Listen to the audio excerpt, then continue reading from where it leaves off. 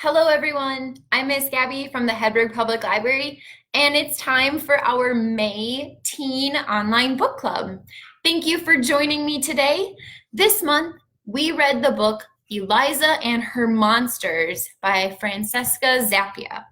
This is a young adult fiction novel, and it was chosen because May is nationally recognized as Mental Health Awareness Month. And this book deals with mental health in two different characters. Eliza, who is the main character, deals with anxiety, and her friend Wallace has someone in his life who also dealt with mental health issues. So that's why we chose this book this month. So I'm going to give you a summary of the book to refresh your memory or maybe introduce you to it if you didn't get a chance to read it. No spoilers, promise.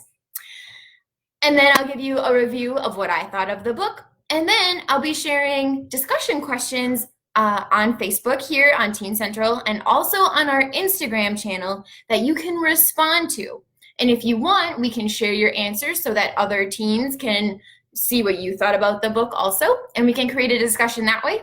Or if you want to just message the library and talk to me about the book, we can do that too. So I'm going to give you a summary of Eliza and Her Monsters. High schooler Eliza Merck is shy, awkward, and friendless. But online, she's Lady Constellation, the anonymous creator of the famous webcomic Monstrous Sea. So her webcomic is wildly popular and a worldwide phenomenon. Like, she is famous. Eliza prefers the online world, obviously, until she meets the new student Wallace, and she discovers that he does fan art for her webcomic. Eliza is excited to finally have an in-person friend, but she isn't ready to reveal her online identity, so she keeps it a secret. But when Eliza's secret is accidentally revealed to the whole world, things begin to fall apart.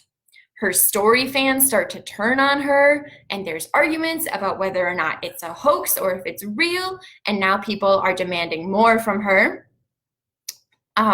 Wallace feels betrayed because she kept that a secret from him for so long, and Monstrous Sea is really important to him too. And Eliza's anxiety takes a really dangerous turn. So the tagline is that her story is a phenomenon and her life is a disaster. But it's a really great story of seeing how she handles all of these things. So I'll give you a little bit about what I thought about this book.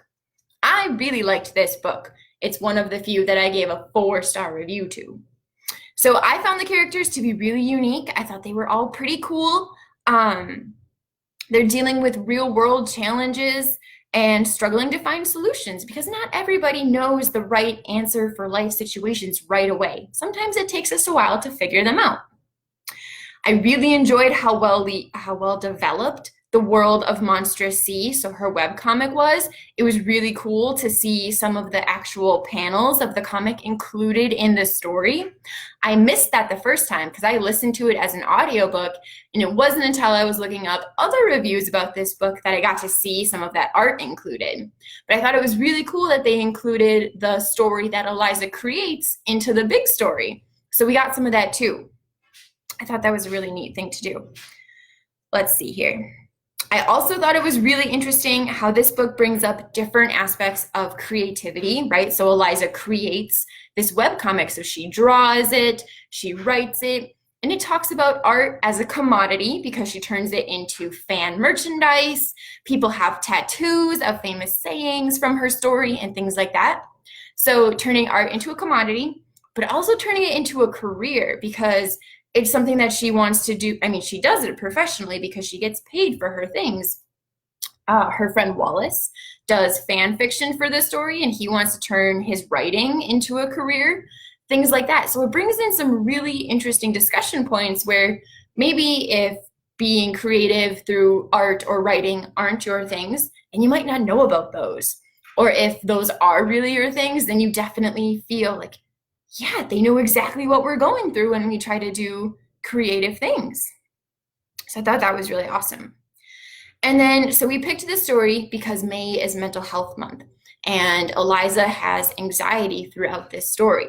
But I really appreciated that the way the author writes Eliza's anxiety, it avoids a lot of the stigmas that we typically hear about people who struggle with anxiety. You know, they didn't include a lot of stereotypes, and it's actually a pretty subtle tone throughout most of the story, which can be really accurate because some people might not know that they're even living with anxiety because some of those symptoms or feelings aren't the ones that are, you know, really talked about in the mental health world.